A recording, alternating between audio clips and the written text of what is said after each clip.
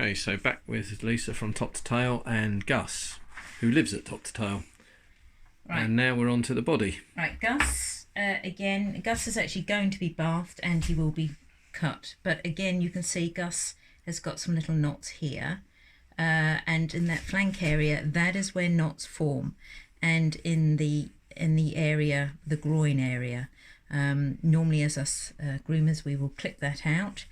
If you've got them forming at home, then you really carefully, very, very, very carefully try and trim them out to stop them forming, because that will pull on his skin, which makes it uncomfortable for him. Yeah, as a man, I have to say I'm feeling very uncomfortable. Sometimes the grooming of the knots here, if the dog will allow you to groom them, brush them out, that's great. If the dog is becoming that he doesn't like it, then cut them out. Okay. Okay, so Gus is completely used to this and placid. Your dog will let you know pretty quickly whether or not he or she's happy, yeah? Yeah. Okay, so that's the flank and the rear armpit. Groin area. Groin, yeah. They match under here as well. So, you know, as I say to my clients when they're starting out, anything that has hair on it, you have to brush it. You know, there is no difference. The dog will mat wherever there is hair. Okay. So most of you, I always cut this quite short. That it helps with the grooming, because again, that's quite sensitive. So with Gus, I can actually just go in with my comb. And I can go my slicker. So how much is a slicker brush? About a tenner?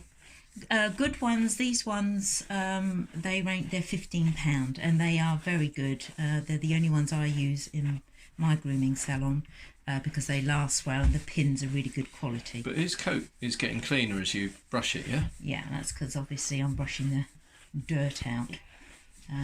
So again, I've worked going upwards with Gus on his undercarriage area because it's easier in your arm wise than actually going down. So I've actually come up. And if you put your dog on the dining room table with a nice towel, that will be easier for you. And stop him from slip sliding everywhere. Okay, so as you can see, my comb now goes through beautifully.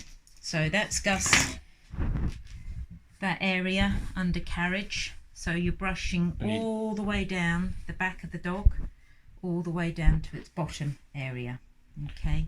Do you want to cover the tail while we're here? Cover the tail, and I'm going to cover the bottom area, okay? Because again, this area here is where mats form, and at the back here where the dog is moving. So again, with your slicker brush, we're going to just brush it out.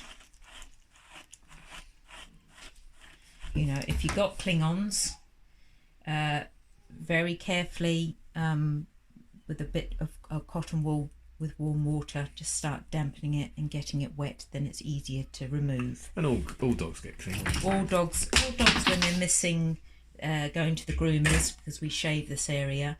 Once the hair starts to grow, you get Klingons. It's inevitable. Right. Okay. So Gus has got no knots. We're going to turn you, Gus. Good boy. On his bottom, that comb goes through nicely, and he's got. But if not, and there are knots, it's the same thing. If you can tease them out, tease them out. If not, cut them out. Yeah. Okay. So tail. Tail. Now, all you cockapoos and lasses and cottons and that have these beautiful tails, which look absolutely stunning. Beautiful on the dogs. Tail, Gus. Beautiful tail. Gus does actually have an amazing tail. But this, you're biased. I am biased. But this is another area that really does match. So this time you're using a pin brush, yeah? I am using a pin brush, which was wrong with me because my slicker brush has fallen on the floor. Well, let me get your slicker brush and try and keep focus and probably fail, but there's your slicker brush back. Slicker brush again. Part the tail. Now remember in your head that the tail is round, but it still has a top, sides and an underneath, and you have to section the coat into that area, and it makes it a lot easier because a lot of people just and they're missing it, yeah, and you're missing so much. Okay, so I lift Gus's tail up and I start at the base, And I'm just working my way out. Meanwhile, Gus is just staring out the cabin window thinking, Where's my bone? You can see. how about that, Gus? You okay? Morning, mate. You can hear sort of like a scraping sound, and that is the dead hair that is coming out. It goes quite quiet when the coat has got no... Oh, good boy. Okay, so you've got the four sides of a round tail, so to speak. Section it out. Brush it out. Listen for the difference in sound. Just put your finger on the tip of the tail when you're coming around, and that stops you from catching it with your slicker brush. You just get your thumb. Just get your thumb instead, yeah. Which is okay. Gus doesn't want the end of his tail caught. Okay. It does mat at the end of this little what I call a rat's tail on Gus.